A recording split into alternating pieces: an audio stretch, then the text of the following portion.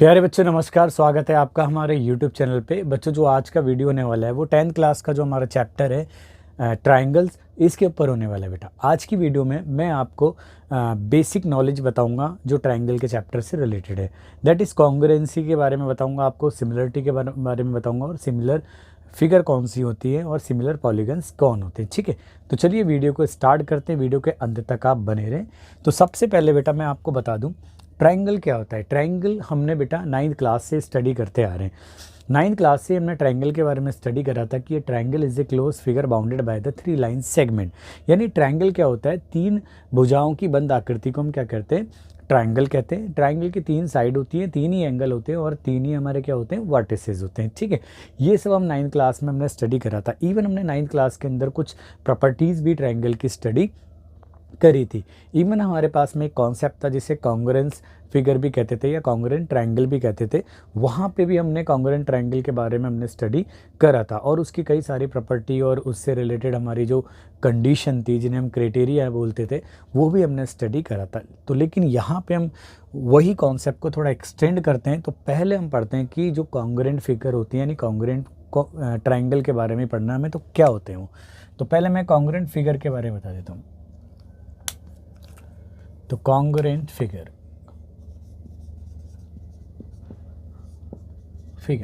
यहाँ पे बेटा ज्योमेट्रिक फिगर से रिलेटेड के से बारे में है यहाँ पे। ठीक है, तो कॉन्ग्रुएंट फिगर किन्हें कहते हैं बेटा, दो ऐसी फिगर जो सेम शेप की हो, शेप मतलब उसकी आकृति एक जैसी हो और सेम साइज की हो, यानी उनका मेजरमेंट भी क्या हो, सेम हो, तो वो कॉन्ग्रुएंट कहलाती हैं हमारी। अगर हम एक के ऊपर एक को ओवरलैप करें तो वो कॉन्साइड यानी पूरी तरीके से दूसरी फिगर को ढक लेगी। चाहे आपकी आइदर कोई सी भी चॉइस हो, आप फर्स्ट फिगर को सेकंड के ऊपर रख रहे हो, सेकंड को फर्स्ट के ऊपर। जैसे अगर मैं आपको एग्जाम्पल बताऊं कि आपने कॉइन देखे होंगे, अगर एक एक रुपए के सेम कॉइन ले लेंगे तो एक के ऊपर एक ओवरलैप करें, चाहे फर्स्ट वाले को ऊपर रखो या सेकंड वाले को ऊपर रखो, तो एक बिल्कुल कंप्लीटली उसको ढक देगा। ठीक है, तो कॉन्ग्रुएंट फिगर का मतलब क्या होता है बेटा, two geometric figure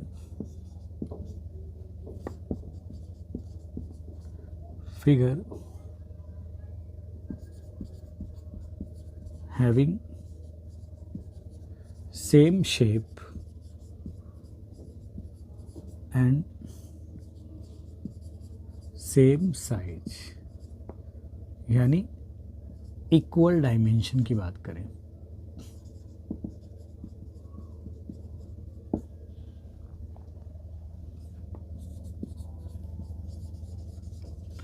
are called congruent figure. तो जो कॉन्ग्रुएंट फिगर्स होती है ना बेटा, वो क्या होती है, हर रिस्पेक्ट में क्या होती हैं, अलाइक होती हैं। अलाइक मतलब अगर मैंने कोई दो ट्रायंगल अगर कॉन्ग्रुएंट है तो उनका ईच एंगल, जो कॉरस्पॉन्डिंग ईच एंगल है वो बराबर होंगे दूसरे ट्रायंगल के। ठीक है, और सारी साइड का मेजरमेंट भी बराबर होगा, यानी कॉरस्पॉन्डिंग साइड जिसको हम कंसीडर कर रहे हैं वो सब बराबर ही होने वाली है। ठीक है, तो यानी ये क्या होती है, हर एस्पेक्ट में क्या होती है, इक्वल होती है। ठीक है, तो देखो to congruent figures are alike in every aspect, या every respect बोल देते, हर रिस्पेक्ट में क्या होती हैं, वो अलाइक होती हैं यानी सेम होती हैं। लेकिन हमारे को यहाँ पे क्या स्टडी करना है बेटा, सिमिलर फिगर के बारे में पढ़ना है। तो सिमिलर फिगर का कॉन्सेप्ट बता देता हूँ, क्या सिमिलर फिगर्स। तो सिमिलर फिगर्स का मतलब क्या होता है बेटा, ये पूरा चैप्टर लगभग सिमिलर फिगर के ऊपर ही बेस्ड है। ठीक है, तो सिमिलर फिगर का मतलब क्या होता है बेटा, ऐसी फिगर जिनकी शेप क्या हो, सेम हो, लेकिन उनका साइज नेसेसरली जरूरी नहीं है कि वो सेम हो, लेकिन शेप सेम हो। साइज नेसेसरली इक्वल या सेम हो या ना हो, इससे हमें कोई मतलब नहीं है, बट वो शेप सेम होनी चाहिए, तो वो क्या कहलाते हैं, हमारे सिमिलर फिगर कहलाते हैं। ठीक है, तो देखो बेटा, two geometric figures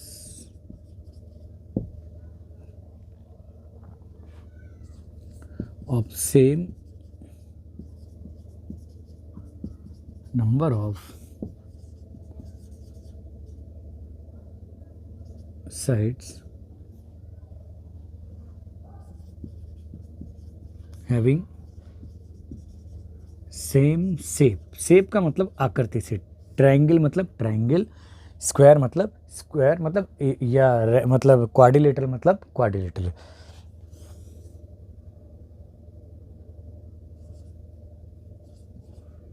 need not की जगह लिख देता हूँ बेटा नॉट नेसेसरीली लिख देता हूँ, not necessarily the same sides are called similar figure। ठीक है, इन अदर वर्ड कह सकते हैं बेटा, in other words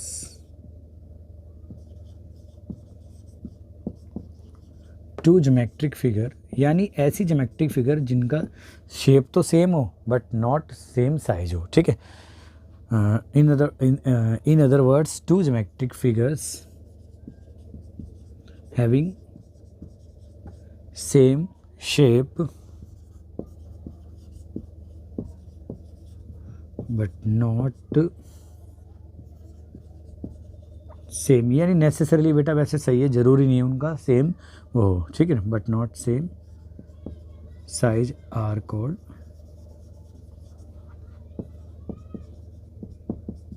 similar figure. ठीक है, दो सर्कल हमारे हमेशा क्या होते हैं बेटा, सिमिलर होते हैं। दो स्क्वायर हमारे सिमिलर होते हैं, यानी उनका साइड कुछ भी हो, स्क्वायर का मतलब दो स्क्वायर सिमिलर है। सर्कल सेम शेप के होते हैं तो वो भी हमारे क्या होते हैं, सिमिलर होते हैं। हो सकता है उनकी रेडियस अलग अलग हो, और हो सकता है स्क्वायर के केस में भी उनकी साइड अलग अलग हो। ठीक है, तो आपको मैं एक चीज़ बता देता हूँ बेटा, जो कॉन्ग्रुएंट फिगर होते हैं वो ऑलवेज हमारे क्या होते हैं, सिमिलर होते हैं। बट जो सिमिलर फिगर होते हैं वो ज़रूरी नहीं है कि वो कॉन्ग्रुएंट भी हो। तो हम एक इस लाइन को भी एक लर्निंग कर लेते हैं अपने दिमाग में। Two congruent figures are always similar, but two similar figure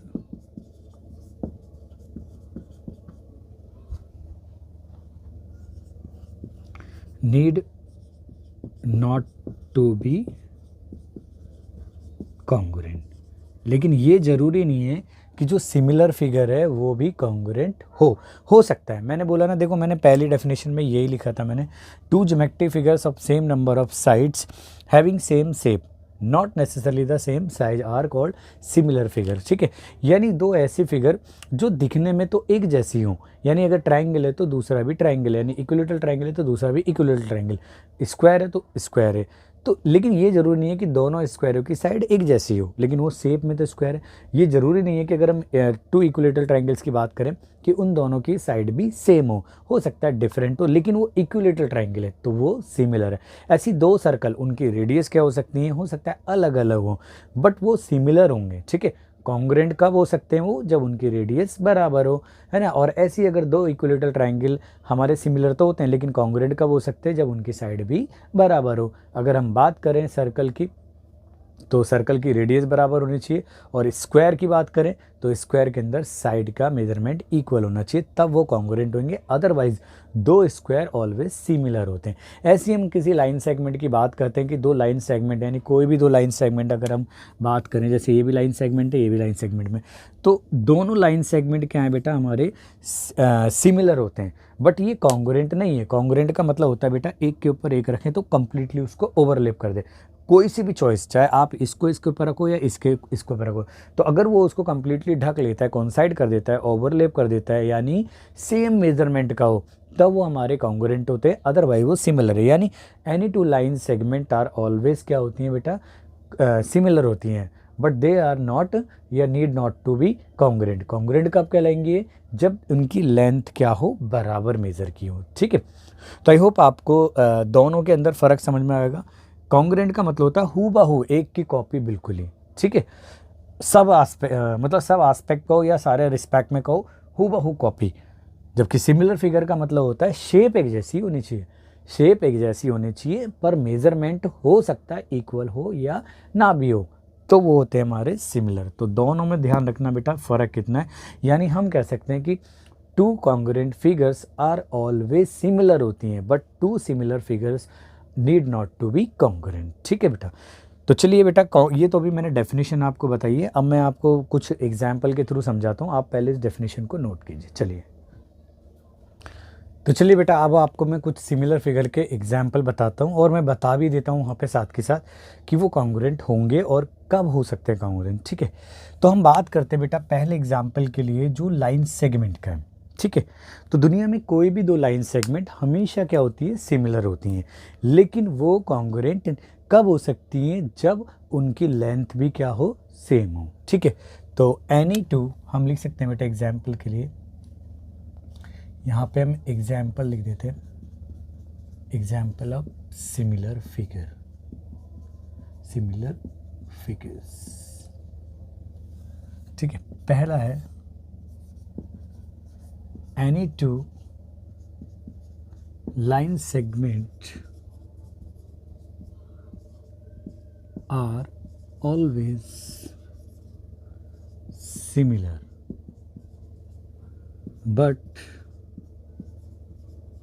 need not to be congruent, लेकिन ये जरूरी नहीं है कि वो congruent हो। दे आर, कंडीशन क्या है, they are congruent if their length are same, अगर उनकी लंबाई समान हो। ठीक है, तो ये है हमारा एग्जाम्पल, जैसे एक लाइन सेगमेंट ये रहा और ये दूसरा लाइन सेगमेंट ये रहा। ठीक है, तो इस लाइन सेगमेंट का नाम हम ए बी लिख देते हैं और ये हो गया हमारा पी क्यू हो गया।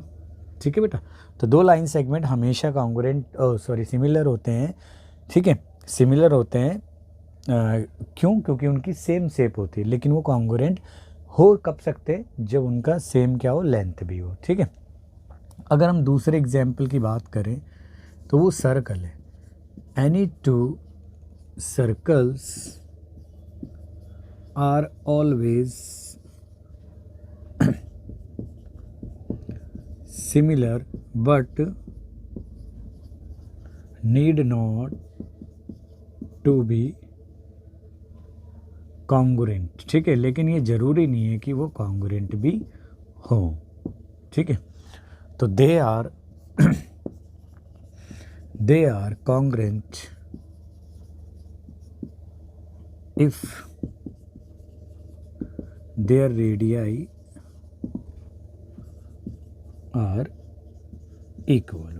ठीक है, यानी ये सर्कल मान लेते हैं और एक ये बड़ा सर्कल, तो दो सर्कल हमेशा क्या होते हैं बेटा, कॉन्ग्रुएंट होते हैं। इसके रेडियस r1 और इसके को मान लेते हैं ये r1 और इसके को r2। ठीक है, ओ डैश। ठीक है बेटा, तो दो सर्कल हमेशा कॉन्ग्रुएंट नहीं होते, लेकिन सिमिलर तो ज़रूर होते हैं।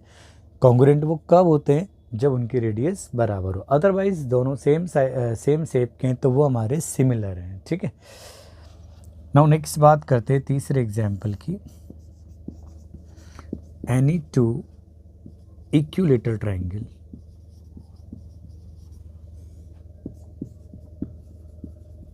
triangles are always similar but need not to be congruent. They are congruent if the measure of their sides is same। Same मतलब इक्वल हो, अगर उनकी साइड का मेज़र भी क्या हो, इक्वल हो, तब वो हमारे क्या होंगे। जैसे मान लो पहला इक्विलेटरल ट्रायंगल ये है ए बी सी और दूसरा है हमारा पी क्यू आर। तो ये दोनों की दोनों इक्विलेटरल ट्रायंगल हैं, तो ये हमेशा वो रहेंगे हमारे सिमिलर रहेंगे, बट कॉन्ग्रुएंट नहीं रहेंगे। कॉन्ग्रुएंट कब रहेंगे? जब इनके करस्पॉन्डिंग साइड का जो मेज़र है वो भी बराबर हो। ठीक है, नेक्स्ट हम बात करते हैं नेक्स्ट एग्जांपल की, वो है हमारा square. Any two square are similar, या ऑलवेज लिख देता हूँ बेटा, ऑलवेज लिख देता हूँ तो ज़्यादा रहेगा, क्योंकि हमेशा तो are always similar but need not to be congruent. Congruent तो नहीं हो सकते, वो कॉन्ग्रुएंट कब होंगे? जब उनके क्या हो, मेजरमेंट क्या हो, साइड का बराबर हो। ठीक है, they are congruent if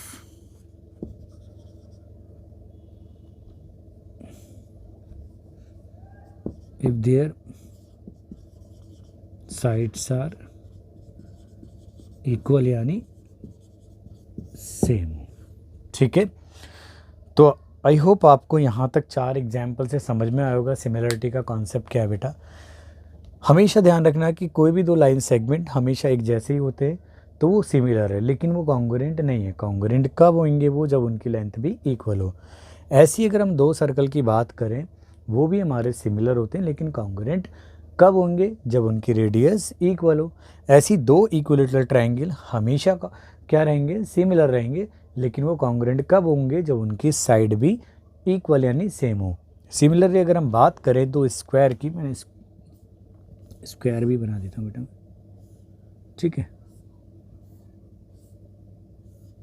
तो ये हो गया हमारा ए बी सी डी और ये पी क्यू आर एस। ठीक है, तो 2 स्क्वायर हमेशा क्या होते हैं? सिमिलर होते हैं, लेकिन वो कॉन्ग्रुएंट कब होंगे? जब उनके करस्पॉन्डिंग जो साइड्स हैं उनका मेजर क्या हो जाए? सेम हो जाए। ठीक है, तो आई होप आपको इन एग्जाम्पलों के थ्रू समझ में आया होगा कि सिमिलर फिगर और कॉन्ग्रुएंट फिगर के अंदर क्या रिलेशन है। ठीक है, यानी वही रिलेशन है कि जो 2 कॉन्ग्रुएंट फिगर आर ऑलवेज हमारी सिमिलर होती हैं, but 2 similar figures are need not to be congruent. ठीक है, यानी जो कॉन्ग्रुएंट फिगर होती हैं वो सदैव क्या होती हैं? सिमिलर होती हैं, लेकिन सिमिलर फिगर जरूरी नहीं है कि वो हमारी कॉन्ग्रुएंट हो। कॉन्ग्रुएंट कब होंगे सिमिलर फिगर? जब उनका जो कॉरस्पॉन्डिंग मेजरमेंट है दोनों फिगर के, वो सभी की सभी इक्वल हो यानी सेम हो। ठीक है, तो ये रहे हमारे सिमिलर फिगर के एग्जाम्पल। साथ के साथ मैंने आपको यहाँ बता दिया है कि वो कॉन्ग्रुएंट किस कंडीशनों में होंगे। ठीक है, तो अब आप इनको नोट कीजिए, फिर मैं आपको सिमिलर पॉलीगन्स क्या होते हैं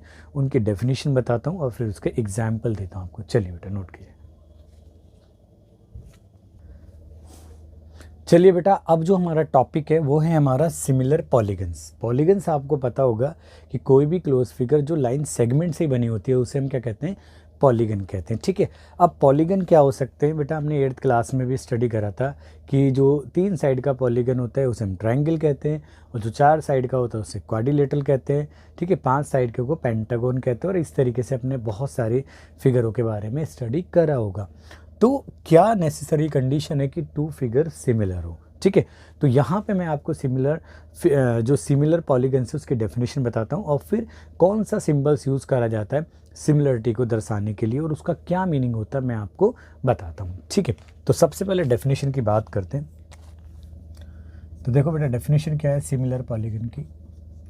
बेटा यहाँ से क्लास आपकी स्टार्ट होती है 10th। बहुत अच्छी तरीके से अब यहाँ से आप नोट्स प्रिपेयर करना और एक एक डेफिनेशन को ढंग से स्टडी करना विद एग्जांपल्स। ठीक है, तो 2 polygons of the same number of sides को बेटा हम आर्म भी कहते हैं। ठीक है ना, are said to be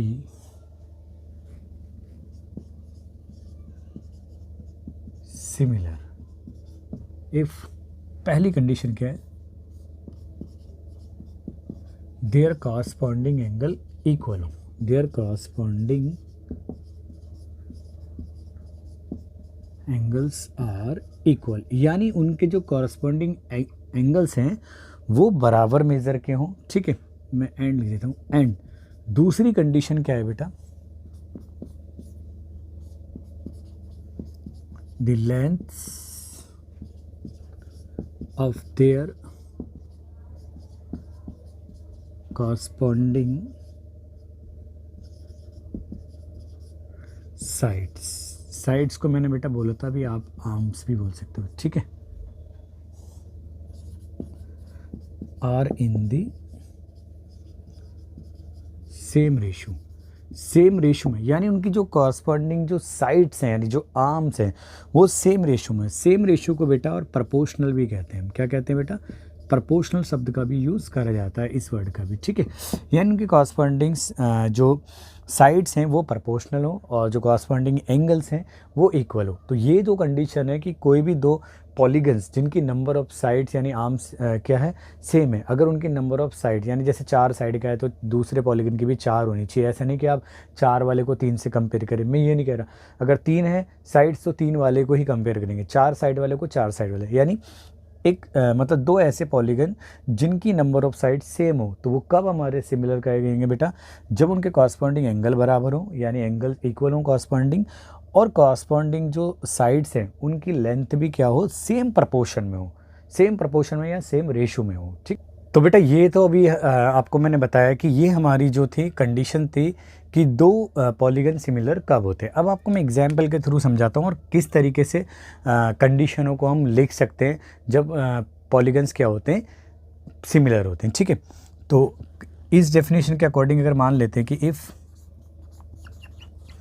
to polygons से, हम मान लेते हैं बेटा A B C D and P Q R S are similar हैं। मान लेते हैं बेटा दो पॉलीगन हमारे सिमिलर हैं। ठीक है, then from above definition it follows that, क्या क्या इस डेफिनेशन से निकल के आता है। देखो बेटा, पहले तो मैं दो पॉलीगन बना देता हूँ, एक ए बी सी डी और एक पी क्यू आर। ठीक है, आप थोड़ा ध्यान देना बेटा, यहाँ पे मैं एग्जैक्ट मेजरमेंट करके तो नहीं बता रहा, कहीं आप सोचो कि कुछ फिगर में थोड़ा डिफरेंस आ सकता है, हो सकता है माइनर आ सकता है डिफरेंसेस। ठीक है, लेकिन आप उसको एग्जैक्टली दिमाग में ना रख के ऐसी बातें समझें, लेकिन मैं उससे कॉन्सेप्ट क्लियर करा दूँगा आपको। तो मान लेते हैं बेटा हमारा एक जो पॉलीगन है वो ये है, छोटा सा बना लेते हैं। ठीक है, और ये रहा हमारा एक पॉलीगन। ठीक है, थोड़ा सा और स्ट्रेच कर देते हैं इसे।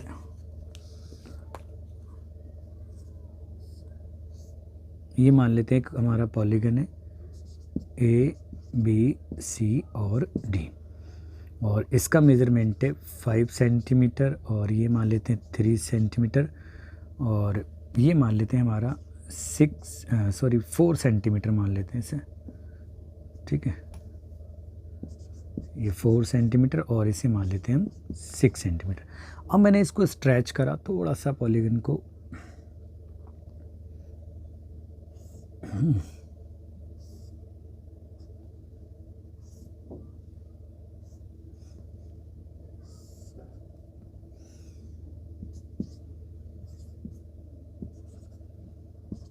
ठीक बेटा, इस एंगल का मेज़रमेंट मान लेते हैं 85 डिग्री है, और इसका 70 डिग्री है, और इस एंगल का 100 डिग्री है, और इसका 105 डिग्री है।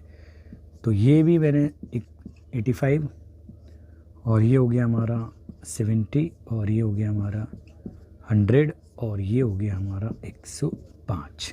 ठीक है, ये साइड हो गई हमारी 10 सेंटीमीटर है, और ये मान लेते हैं 6 सेंटीमीटर है, और ये हो गई हमारी 8 सेंटीमीटर, और ये हमारी 12 सेंटीमीटर।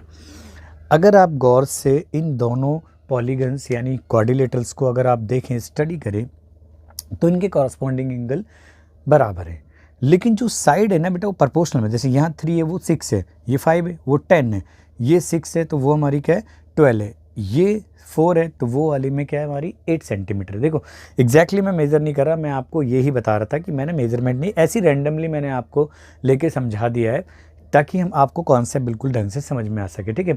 और बेस्ट एग्जांपल्स क्या है जिसमें आप समझ सकते हो सिमिलरिटी के बारे में। आप कभी स्टूडियो में फ़ोटो वगैरह खिंचवाने गए होंगे, ठीक है। जब आप वहाँ जाते हैं तो उस सेम पिक्सल के अकॉर्डिंग वो आपकी एक टाइम की, एक प्रेजेंट टाइम की आपकी फ़ोटो को जो स्टूडियो वाला होता है वो खींच देता है, ठीक है। फिर अगर आप उससे बोलते हो इसको पोस्ट कार्ड साइज में भी चाहिए आपको, इसको आपको पासपोर्ट साइज में चाहिए, तो वो क्या करता है उसके पिक्सल्स को बढ़ा देता है, नहीं सेम प्रपोर्शन में उनको बढ़ा देता है। होती फ़ोटो वही है उसी टाइम की, ठीक है, तो बस उसको बढ़ा देता है। तो वो बेस्ट एग्जाम्पल है सिमिलर के हमारे, ठीक है।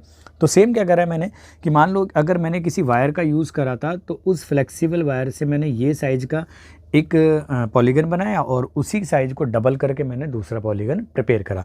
तो यहाँ पे हो क्या रहा है बेटा, यहाँ पे जो एंगल एट ए है यानी एट वर्टेक्स ए पे है वो पी के बराबर हो रहा है, जबकि जो एंगल एट बी वर्टेक्स पे वो एंगल क्यूब जो क्यूब वर्टेक्स पे है उसके बराबर है। यहाँ जो सी पे एंगल है वो वहाँ पे आर के इक्वल है और जो यहाँ डी पे है वो एस के इक्वल है। तो यहाँ पे कॉरस्पॉन्डिंग एंगल इक्वल है। तो यहाँ पे क्या लिख सकते हैं बेटा हम, देखो यहाँ एंगल एट ए इक्वल है हमारा एंगल एट पी। और मैं यहाँ लिख रहा नहीं बेटा, आपको क्लियरली दिख रहा है कि 85 के बराबर, यानी वो बराबर है, ठीक है। और यहाँ दूसरा क्या है बेटा, एंगल एट बी वो किसके बराबर हो रहा है, एंगल एट क्यू पे। तो एंगल एट क्यू पे आ रहा है और एंगल एट सी यानी जो 100 डिग्री है वो एंगल एट आर यानी जो भी 100 है उसके बराबर है, एंगल एट आर। और फोर्थ बात की बात करें, जो एंगल एट डी है यानी जो 105 डिग्री है वो एंगल एट एस के इक्वल है। इसके अलावा आपने क्या ऑब्जर्व करा है बेटा, इसके अलावा आपने ऑब्जर्व करा हो कि जो साइड का रेशो है, जैसे देखो मैं आपको बता दूं बेटा, यहाँ पे निकाल के आप साइड का रेशो देखो, कि अगर मैं बात करूं ए बी की वैल्यू करूं और उसको डिवाइड करूं किससे, पी क्यू से, तो कितना आ रहा है बेटा 3/6 यानी 1/2। दूसरी बात करते हैं बेटा बी सी अपॉन में वहाँ क्यू आर की बात करते तो वो कितना आ रहा है बेटा, यहाँ देखो पहले 4 और वहाँ 8 है तो वो भी हमारा 1/2 आ रहा है। अगेन देखो अगर आप सी डी की बात करें और वहाँ पे आर एस की बात करें तो 6/12 वो भी कितना आ रहा है 1/2। और बात करें डी ए की, डी ए अपॉन में अगर वहाँ बात करें एस पी की तो वो कितना आ रहा है बेटा 5/10 और वो भी आ रहा है 1/2। तो सभी हमारा 1/2 आ रहा है। तो ये मैं एक रफ वर्क करके समझा रहा हूँ, यानी यहाँ पे रेशो का सेंस ये है कि सभी का साइड का रेशो क्या आ रहा है, सेम आ रहा है, यानी इसकी जो साइड है उसके कॉरस्पॉन्डिंग साइड का रेशो क्या आ रहा है, सेम आ रहा है। तो वो दूसरी कंडीशन भी यहाँ पे होल्ड कर रही है। तो यहाँ कहते हैं एंड दूसरी कंडीशन क्या है बेटा, एंड ए बी अपॉन में पी क्यू और इक्वल है हमारा दूसरा रेशो क्या है बेटा बी सी अपॉन में हमारा क्यू आर, और ये इक्वल आ रहा है बेटा किसके, दूसरा सी डी अपॉन में हमारा कौन सा आ रहा है बेटा, सी डी अपॉन में आर एस, और जो इक्वल आ रहा है किसके बेटा डी ए रेशो के, यानी डी ए अपॉन में किसके बेटा एस पी रेशो के इक्वल आ रहा है। ठीक है, आपको दिख रहा होगा थोड़ा इस तरीके से। तो ये दोनों की देखो ए बी का रेशो पी की के और बी सी का रेशो क्यू आर के, और जो सी डी का रेशो है वो आर एस के, और दूसरा जो डी ए का रेशो है वो हमारा एस पी के इक्वल आ रहा है, यानी ये सारे के सारे रेशो इक्वल है। तो देखो पहली कंडीशन क्या आती है, कॉरस्पॉन्डिंग एंगल इक्वल हो, तो वो होल्ड कर रही है। दूसरी कंडीशन क्या है कि जो साइड का रेशो है, जो आर्म का रेशो है वो भी हमारा क्या है सेम प्रोपोर्शनल, यानी सेम रेशो आ रहा है। तो इसका मतलब दोनों कंडीशन होल्ड करती हैं सिमिलरिटी की। तो here the condition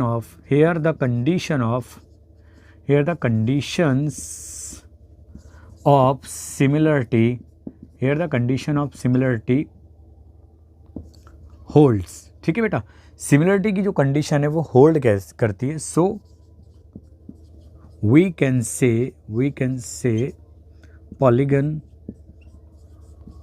polygons A, B, C, D and P, Q, R, S are similar है.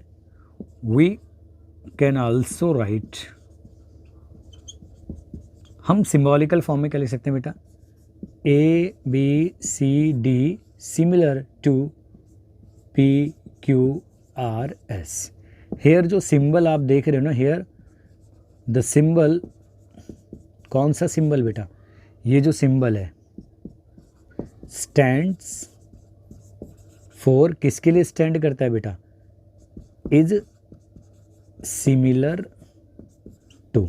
यानी यहाँ इस सिंबल का मतलब होता है बेटा इज सिमिलर टू का. ठीक है, तो ये थी बेटा एक एग्जाम्पल मैंने आपको समझाया है.